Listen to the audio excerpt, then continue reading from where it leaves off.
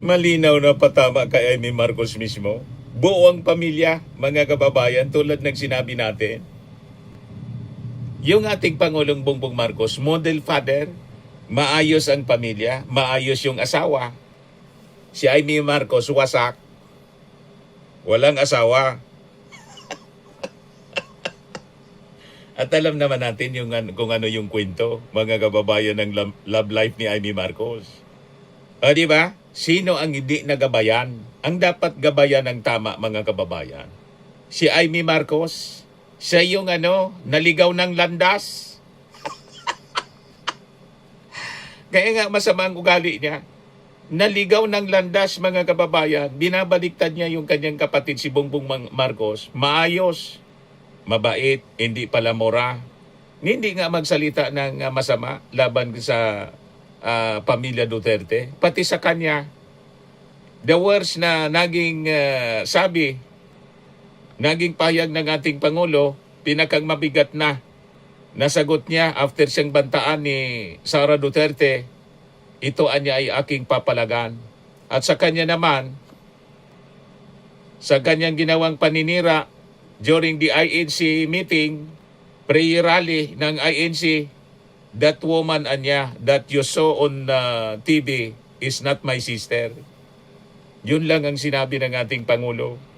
So, sino ngayon ang hindi nabantayan, hindi nagabayan ng tama? Sino yung wasak ang pamilya?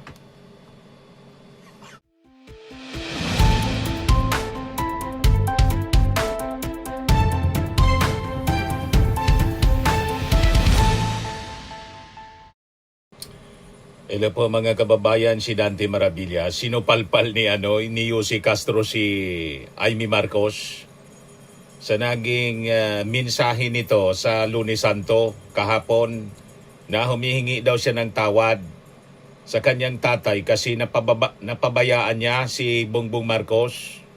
Pinapalabas ni Amy Marcos doon sa kanyang video para sa Holy Week na naligaw ng landas yung ating Pangulo, na damay ang buong Pilipinas. Di ba?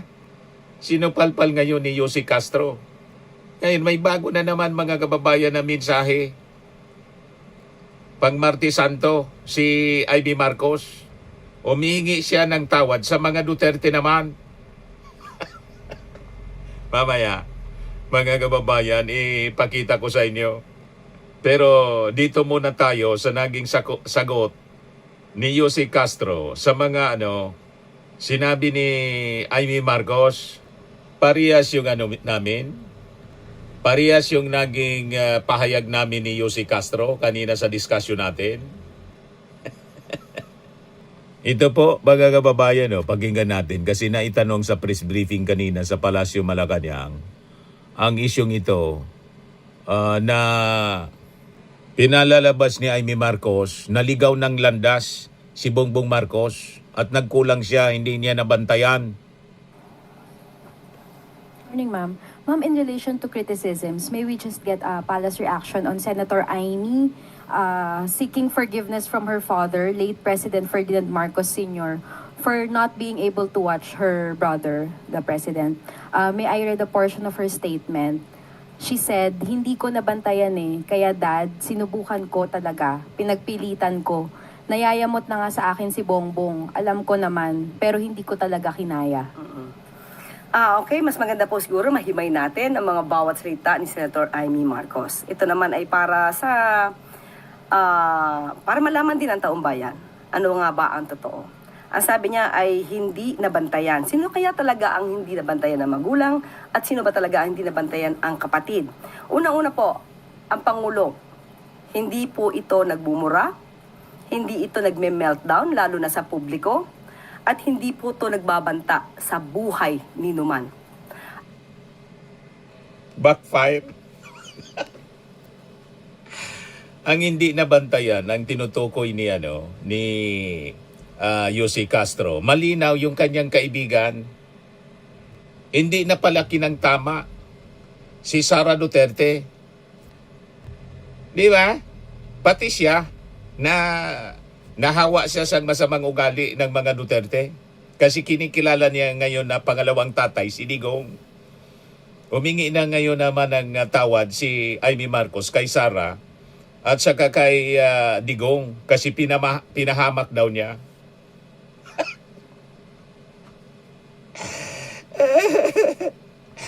Mamaya mga kababayan, dito muna tayo sa sagot ni Yossi Castro. Ang Pangulo po ay ikinasal, may pamilya, hanggang ngayon, faithful sa asawa. Malinaw na patama kay Amy Marcos mismo. Buo ang pamilya, mga kababayan, tulad ng sinabi natin. Yung ating Pangulong Bongbong Marcos, model father, maayos ang pamilya, maayos yung asawa. Si Amy Marcos, wasak. Walang asawa. At alam naman natin yung, kung ano yung kwento, mga kababayan ng love life ni Amy Marcos. O di ba? Sino ang hindi nagabayan? Ang dapat gabayan ng tama, mga kababayan. Si Amy Marcos, siya yung naligaw ng landas. Kaya nga masama ang ugali niya.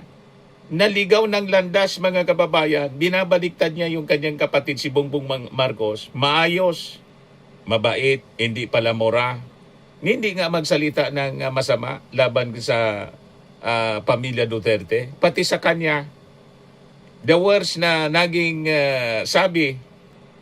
naging pahayag ng ating Pangulo, pinakang mabigat na nasagot niya after siyang bantaan ni Sara Duterte, ito anya ay aking papalagan.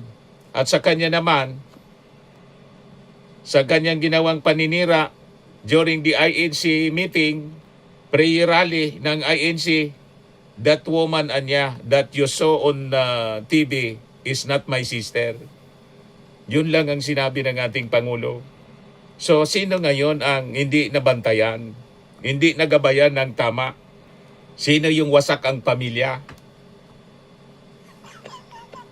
Yan ang bondo ni Yossi Castro. Parehas ng sinabi natin kanina. So, sino po kaya ba ang naging pasaway? Sino po kaya ang dapat na binantayan? Ang paghingi ng patawad, yung pang hindi pagbabantay sa kanyang kapatid, o ang paninira ng kapatid sa publiko? Ma'am, nakausap niyo po ba si President Marcos regarding sa latest statement ng kapatid niya? Alam po ng Pangulo ang nangyayari sa atin at sa mga pangyayari sa ating paligid. At asahan po natin ang Pangulo, hindi po siya naninira ng kanyang kapatid. Ma'am, sorry, last na. Still on Senator Amy. Meron lang po siyang panawagan na isuspend yung government contributions ng SSS, GSIS, Pag-ibig Fund, and PhilHealth.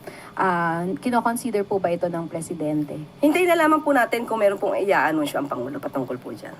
Thank you, ma'am. Basag na basag si Amy Marcos kay Yossi Castro. Napulbos. Yan niya, Mr. Maravillas, yung bagong mensahe ni Amy Marcos ngayong Martes Santo. Parinig ko po sa inyo. Pakita ko sa inyo.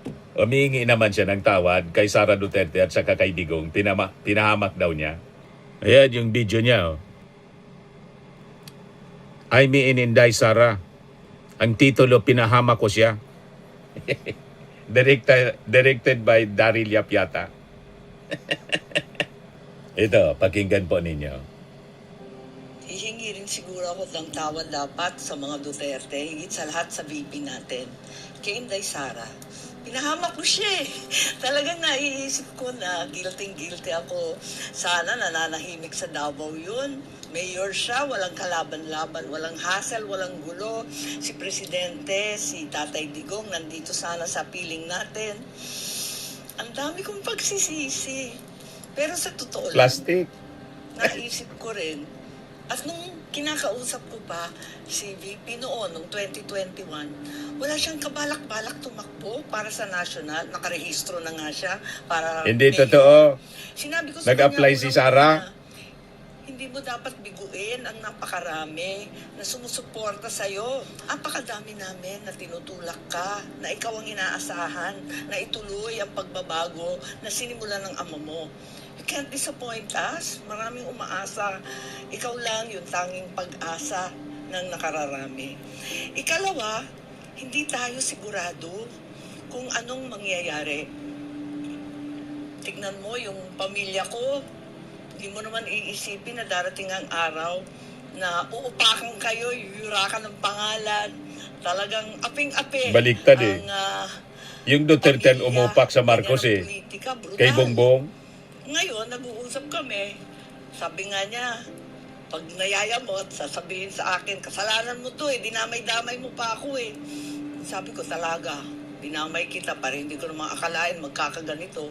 Higit sa lahat, isipin natin, kung mayor ka lang, ano kaya ang gagawin sa iyo? Anong gagawin sa syudad mo, sa Davao, sa buong Mindanao at Mindanawan? Mabuti nga, VP ka, kahit papano, number 2 sa buong bansa. May paninindigan, may tatayuan. At least, kahit papano, kahit inaapi, kahit ini-impeach, VP ka pa rin. Anong inaapi? Nasa posisyon kang tumulong sa iba at ipaglaban kaming lahat. So pinapalabas ni Amy Marcos, inaapi si Sara Duterte dahil sa impeachment. Hindi po totoo ang ganyang narrative. Walang nang aapi kay Sara Duterte kahit kay Digong sa kanilang pamilya. Na-impeach si Sara dahil sa kanyang pagbabanta sa ating Pangulong Bongbong Marcos, kay Lisa Marcos at saka kay Martin Romualdez. Na-impeach si Sara dahil hindi niya maipaliwanag yung paggastos ng confidential funds na binigay sa kanya. Tiniwalaan siya ng ating Pangulong Bongbong Marcos sa DepEd. Di man sinabi ng ating Pangulong lustayin niya yung confidential funds na 612.5 million. Ang dapat niyang gawin, ipaliwanag niya kung wala siyang ginawang mali, wala siyang nilustay na pera. Yun ang dapat niyang gawin. Walang nagsulsul sa kanya para pagbantaan yung ating Pangulo. Lahat yun ay kanyang sariling kagagawan dahil sa kanyang kayabangan at kayabangan ng kanyang pamilya. Ngayon, dapat talaga siya humingi ng tawad. Hindi lang kay Sara Duterte at sa dating Pangulong Digong kung bakit napahamak, kundi pati sa mga mamamayang Pilipino. Kasi kung hindi niya sana pinakilala si Digong, mga kababayan, noong 2016, hindi namin sana siya binoto. Wala sana nangyari, mga kababayan, na EJK sa buong Pilipinas that killed more or less 30,000 Filipino, including children. Talagang dapat siya na humingi ng tawad hindi lang sa mga Duterte, kundi sa mga mamamayang Filipino. Di ba po? Na yun talaga po yung dahilan kung bakit nakulong si Digong, na kinikilala niyang Tatay Digong na niya ngayon. Pero walang kinalaman doon yung ating Pangulong Bongbong Marcos. Kasi yon sarili niyang kagagawan. Ulitin natin, 2017 yung kaso na Crimes Against Humanity. Final, laban kay Digong. Wala pa. Pribadong tao pa, mga kababayan, si Bongbong Marcos. Nagkataon lang yung warrant of arrest nilabas ng ICC through Interpol. Panahon ng ating Pangulong Bongbong Marcos. Kaya siya na-deliver sa The Hague, sa ICC. At ang may kasalanan lahat nito si Digong kasi hindi niya naisip na dapat sana umalis siya hindi lang sa ICC kundi pati sa Interpol para hindi sana siya na-deliver. So, lahat ng kasalanan sa Duterte, mga kababayan. Now, kay Sara Duterte, dapat siya humingi ng tawad talaga at saka sa ating mga mamamayang Filipino. Kasi kung hindi niya itinulak si Sara Duterte na maging vice-presidente, ang vice-presidente sana na nanalo si Tito Sen. Matino sana yung ating vice-presidente, katuwang ng ating Pangulong Bongbong Marcos sa pagsiservisyo. Hindi tulad ngayon. Inutil yung vice-presidente, naging perwisyo pa, mga kababayan, at naging banta pa sa kanyang kapatid mismo. So talagang dapat na humingi ng tawad si Amy Marcos, hindi lang sa mga Duterte, kundi sa ating mga mamamayang Filipino. Tama po mga kababayan? At hindi lang siguro na dapat siya humingi ng tawad dahil sa kanyang malaking kasalanan, hindi lang sa mga Duterte, kundi sa mga mamamayang Filipino. Kasi dahil sa mga Duterte, maraming na-EJK. Ang dapat na gawin ni Amy Marcos, mag-resign siya sa pagiging senador para makabayad naman siya ng kanyang mga kasalanan, hindi lang sa Duterte, kundi sa mga mamamayang Filipino. Hindi sana namin binoto si Digong at hindi sana namin binoto si Sara Duterte na siya yung nagpakilala sa atin. Tama po mga kababayan? O ngayon, ibalik na lang natin kay Yussi Castro mga kababayan para marinig natin yung mga importanteng announcement. O ito yung mga magagandang announcement, balita. Maginhawang biyahe at menos gastos, iyan ang nais ni Pangulong Ferdinand R. Marcos Jr. sa mga motorista. Batid ng Pangulo ang araw-araw na kalbaryo ng mga biyahero mula Nueva Ecija at Karatig Probinsya sa Cagayan Valley patungong Tarlac at ibang bahagi ng Central Luzon. Bukod sa matinding traffic, inindari ng mga negosyo at consumer ang mas mataas na transportation cost para sa mga produkto at serbisyo. Dahil dito, ipinag-utos ni Pangulong Marcos Jr. na buksan ang mga kritikal na connector roads para mas maging maginhawa ang biyahe at mabawasan ang gastos. Makakatipid na tayo sa langis, mas mabilis pang makakarating ang mga produkto at serbisyo, lalo na sa mga nangangailangan dito.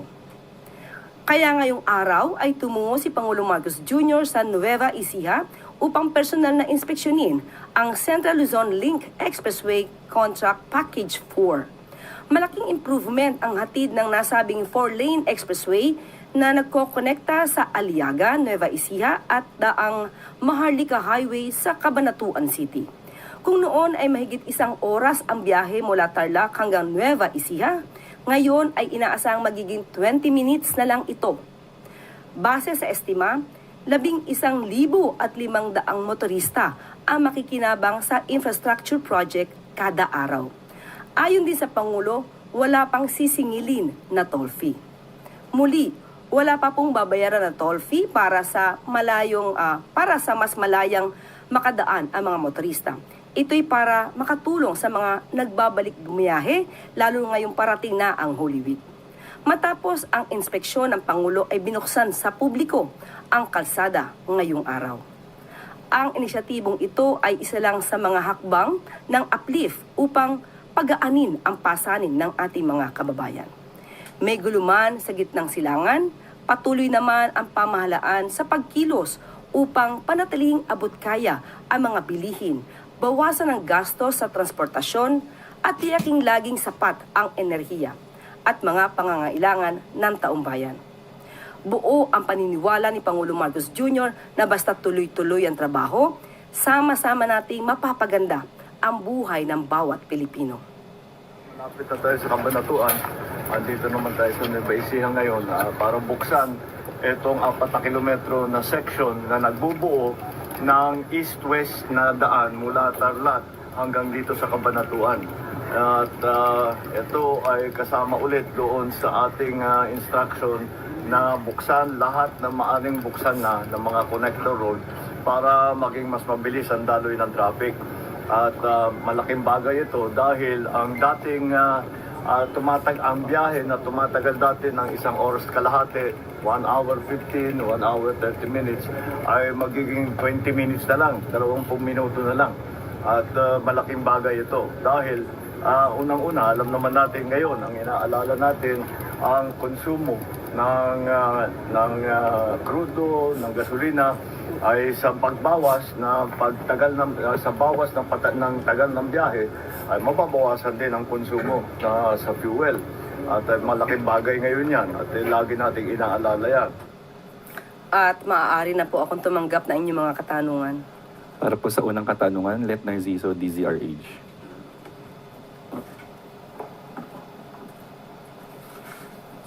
Good Good morning, Yusek. Ma'am, sinabi po ni Pangulong Marcos kanina na sa Ilocos Norte siya mag-Holy Week.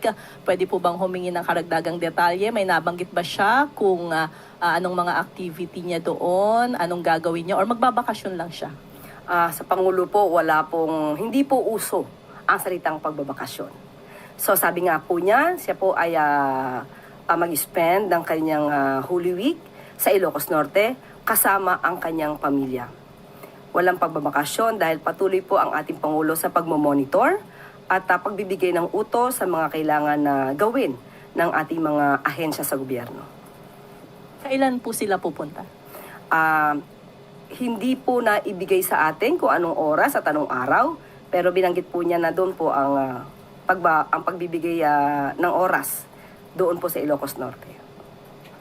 Sunod po na tanong, Samuel Medinilla, Mrs. Mirror. Good morning. Senator Sherwin Gatchalian called on the Executive Department to conduct high-level discussions with Iran to ensure safe passage of Philippine-bound vessels through Strait of Hormuz. Does the President consider this? Kahapon po ay nagkaroon din po ng meeting ang Uplift at yan po ay ipinag-utos na po ng Pangulo kay Secretary Tez Lazaro at ayon po kay Secretary Tez Lazaro ng DFA, makikipag-usap po siya sa ambassador ng Iran. Most probably po ay tomorrow, kung hindi man po magkakaroon ng schedule tomorrow, by next week po. May na-mention po kaya, ma'am, kung may mga ships na nakaschedule na papuntang Pilipinas na dadaan sa Strait of Hormuz? Wala pa po nabanggit sa atin si Secretary. Tapos, on another topic, ma'am, may estimate na po ba kung magkano na yung nagagastos na Marcos administration for its Middle East crisis response? Sa ngayon po ay hinihingi po natin lahat ng ulat ng mga ahensya. Most probably by next week, maibibigay po namin sa inyo. Last na lang, ma'am. May schedule na po kaya kung kailan yung next uplift na committee meeting kung saan? Ibibigay ko po sa inyo yung update. Nagkaroon lang po ng meeting kahapon. Thank you po. Rafi Ayeng, Daily Tribune. Good morning, ma'am. Ma'am, in this time of reflection, ano po ang message niyo sa inyo as of detractors muna ni Pangulong Marcos and then sa mga bashers niyo, namely Harry Roque and Vice President Sara Duterte? Inamin mo, basher sila. So, ibig sabihin, pag basher, wala bang maibibigay na matinong kasagutan o matinong opinion? Sa atin lang, sa ngayon, sa panahon ngayon, ay iwasan po natin sana ang pamumulitika. Kung wala po sila masasabing maganda at kundi paninira lamang, tumigil muna sila or tumigil na sila permanently. At makipagtulungan na lamang po sa administrasyon para sa ika-aangat ng ating bansa at ika-aangat din po ng bawat Pilipino. Ang basher po ngayon, sinasabi natin, pang sariling interes. Para po magiba, masira ang gobyerno. Hindi po yan na napapanahon sa mga kasalukuyan nangyayari sa ating bansa. Follow up lang, ma'am. Ipagdadasal mo ba sila? Lahat po. Lahat ng makasalanan sa mundo dapat ipagdasal. Sunod po na tanong, Ana Bajo, GMA News Online. Yusek, recent Palsesa survey said that yung paglaban sa katiwalian, yung pangunahing dahilan kaya nagtitiwala ang mga Pilipino sa Pangulo. Ano pong reaksyon dito ng Palasyo? Yan naman po talaga ang nais ng Pangulo na maipakita sa taong bayan na ang administrasyon ngayon ay lumalaban sa korupsyon. Ang administrasyon na ito ang siyang magpapaimbestiga sa mga abuso sa gobyerno. At yan po ang gusto manatili ng Pangulo sa isipan ng taong bayan. At yan po ang ayaw niya na mapatid. Gusto niya sana ay magtuloy-tuloy ito kahit hindi na po siya ang Pangulo. Speaking of tuloy-tuloy, Yusek, may mga nagsasabi na parang nalilimutan na daw ng administrasyon yung pag-imbestiga o pagtutok doon sa flood control anomaly. Ano pong masasabi natin dito, Yusek? Sa mga nagsasabi ng ganyan, ang tanging natin masasabi, hoy, gising. Dahil alam po natin kung papaano po nagsumiti na po ang ICI ng kanilang report, di lamang po sa Ombudsman, kundi pati po sa DOJ. Ang ombudsman ay nagsasabi din po habang sila itinatanong na patuloy ang kanilang pag-iimbestiga, pati po ang DOJ. Wala pong natutulog pagdating po sa pag-iimbestiga sa flood control projects. Ito ay tanging paninira lamang sa gobyerno. Hindi po tumitigil ang Pangulo para mapanagot ang dapat na mapanagot. Sige, habol ko na lang. In connection with the Lenten season break, meron naman declaration ng Palasyo para sa pasok sa mga government bukas or even private, o mga nasa gobyerno lang, Yusek. Meron po. Ilalabas po mamaya ang memo. Ano po kaya yan, Yusek? Maganda ang aking ngiti. So, ibibigay ko po sa inyo mamaya. Yusek, isang-isa na lang, habol lang tungkol doon sa, sa Iran. Gaano po kaganda ang relasyon ng Pilipinas saka ng Iran? Sa aking pong pagkakaalam at sinabi po din naman ni Secretary Tez Lazaro, maganda naman po ang relasyon natin sa bansang Iran. Salamat po, Yusek. Salamat po. Maricel Halili, TV5. Good morning, Yusek. Yusek, peso has reached another record low. What does it mean for the country? Hindi po natin nais na ganito, hindi po ninais ng Pangulo na magkaroon ng gulo sa Middle East. Ito po ay talagang nagiging epekto at ang paghina po ng peso kontra dolyar ay bunsod na rin po ng geopolitical tension na nangyayari po sa Middle East. So, talaga pong ito ang maaaring kahihinatnan hanggat hindi po napipigil ang tensyon o ang sigalot sa Middle East. Pero how concerning is this, Yusek? Considering na I think this is the 7th time na bumaba siya ng husto within the month. Yes, dahil nga po sa nangyayaring sigalot sa Middle East at alam po natin ang ginagawa ng Pangulo at ng administrasyon na ito upang maibsan po ang impact ng epekto nitong sigalot sa Middle East. At gagawin po ang lahat para po maayos ang lahat na nangyayari, pati po ang pagtulong sa ating mga kababayan. Ivy Reyes, Bilyonaryo. Hi, Yusa. Good morning. DTI said no price increase is expected until April 16, but after that period, is it safe to say na we're expecting price increase for basic commodities by then? Nakausap po natin kahapon si Secretary Chris Roque at nag-report po siya sa Pangulo sa Uplift at sinabi po niya at na meron nga po tayong listahan dito ng mga produkto. Ibibigay ko po sa inyo, hindi ko po alam kung kayo may kopya na, pero ibibigay ko po sa inyo ang kopya na ito kung saan po nangako po ang mga manufacturers na hindi nga po magkakaroon ng price increase hanggang April 16, 2026. Pero nangako rin po si Secretary Chris Roque na weekly ay magmo-monitor po sila at sa aking pagkakaalam, balak po niyang makipag-meeting muli ngayon sa mga manufacturers para po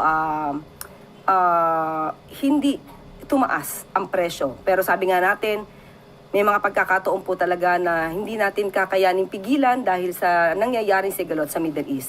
Pero lahat po ng pwedeng gawin ng ahensya ng gobyerno ay gagawin po para po hindi maging mahirap na pasanin ito sa ating mga kababayan.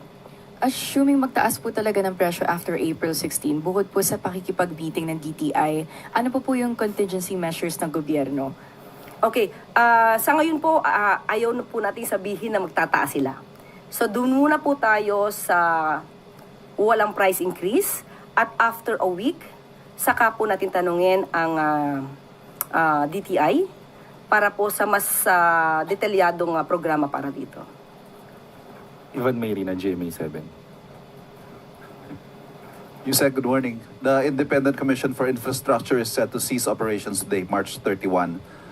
I refer to Section 10 or the sunset clause of EO 94 that created the ICI, and I quote, "The ICI shall be rendered functus officio upon the accomplishment of the purposes for which it was created, or unless sooner dissolved by the President." Ang tanong ko po, ma'am, ano ba ang naging basihan ng pag-dissolve sa ICI? Is it because the President thinks the ICI has fully accomplished its mission, or has the President officially dissolved the ICI? Okay. Sabi nga natin at nabanggit mo ang Section 10, ang sunset clause, kung saan binanggit ang functus officio in Latin. Ibig sabihin, sila naman po ay nag-report at mismong si Justice Reyes ang nagsabi na na-accomplish na nila ang kanilang trabaho. At yun po ang magiging basihan. At kung sila man ay matatapos ngayon, yan po ang magiging basihan dahil yan po ang isinasaad sa Executive Order 94.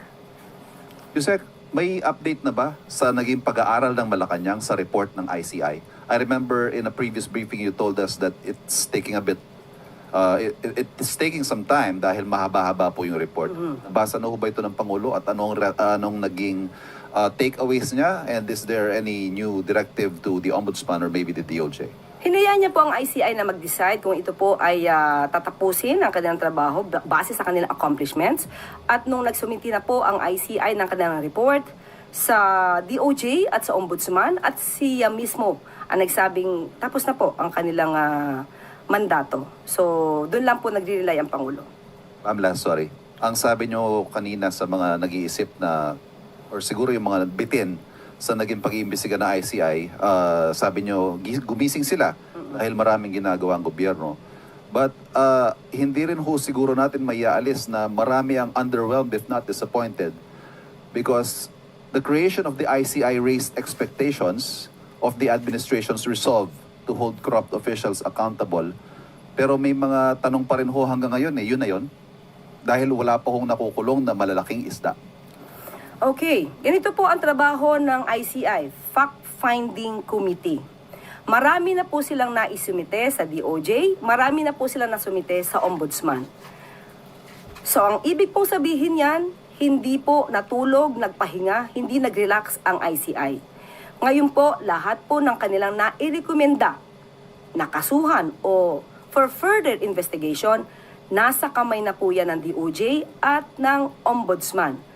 Sa totoo lamang po, mukhang overwhelmed po ang Ombudsman at ang DOJ sa dami po ng mga kasong pinaparekomendang sampahan dito patungkol sa flood control project. So, hindi po masasabing yun lang ang naging trabaho ng ICI.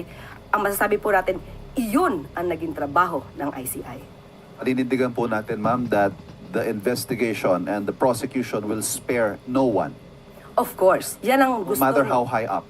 Definitely. Kahit sino pa yan, kung mayroong kinalaman, may ebidensya, hindi puro pamilya. Sabi nga natin, stop the drama. We have to start working. Ang marami po kasi nagdadrama sa media. Ang kailangan natin dito, ebidensya. Ebidensya na siyang magtuturo at siyang magiging basehan para ma-prosecute ang mga taong involved. Thank you. Salamat po. Yun na po muling katanungan, Yusek. Balik na po sa'yo. Maraming salamat. Upang mapangalagaan ang sektor ng paggawa, nakahanda ang Department of Labor and Employment sa pangunguna ng Secretary Bienvenido Laguesma ng 1.2 billion pesos bilang tugon sa deklarasyon ng National Energy Emergency. Bahagi rin ito ng uplift ni Pangulong Ferdinand R. Marcos Jr. alinsunod sa Executive Order 110. Gagamitin ang budget sa dalawang flagship social protection project ng DOLE. Ang tulong pangkabuhayan sa ating disadvantaged, displaced workers o TUPAD at ang DOLE Integrated Livelihood Program o DILP. Layunin ng mga programang ito na suportahan ang vulnerable workers. Bilang tugon sa uplift, kasalukuyan nakikipag-ugnayan na ang DOLE sa DOTR, DSWD, DILG at iba't ibang lokal na pamahalaan para sa implementasyon ng targeted emergency employment at livelihood interventions. Nakikipag-ugnayan na rin ang ahensya sa DMW at OWA tungkol sa pagkakakilanlan ng mga OFW na nakauwi mula sa kaguluhan sa Middle East. Ito'y para mabigyan sila ng trabaho dito sa Pilipinas sa tulong ng TESDA. Hindi ngayon ang panahon para mangamba o magpanik. Patuloy na nakabantay ang pamahalaan sa epekto ng gulo sa Middle East para sa ikapapanatag ng sambayanan. Ayan ang mga importanteng announcement, importanteng balita mga kababayan. At yung announcement pala kanina, yung mga government offices half day bukas, Miyerkules Santo. Half day na lang yung opisina. Okay po? So yun yung ating mga importanteng balita para po sa inyo. So kung babalikan natin yung sinabi ni Aimee na umingi siya ng tawad Humingi ka ng tawad hindi lang sa Duterte, kundi sa mga mamamayang Pilipino. Kasi dahil sa pagpakilala mo sa mga Duterte, napahamak yung Pilipinas. Nalugi. Luging-lugi. At saka, si Sara at saka si Digong, kumbaga napahamak, pinahamak mo sila, pati mga mamamayang Pilipino ay napahamak dahil sa kanila. At kung sila napahamak, pinahamak nila kasi yung sarili nila dahil sa kanilang mga maling ginawa sa ating bayan. Tama po? Yun ang malinaw mga kababayan. So ako po si Dante Maravillas. Bye-bye po. God bless.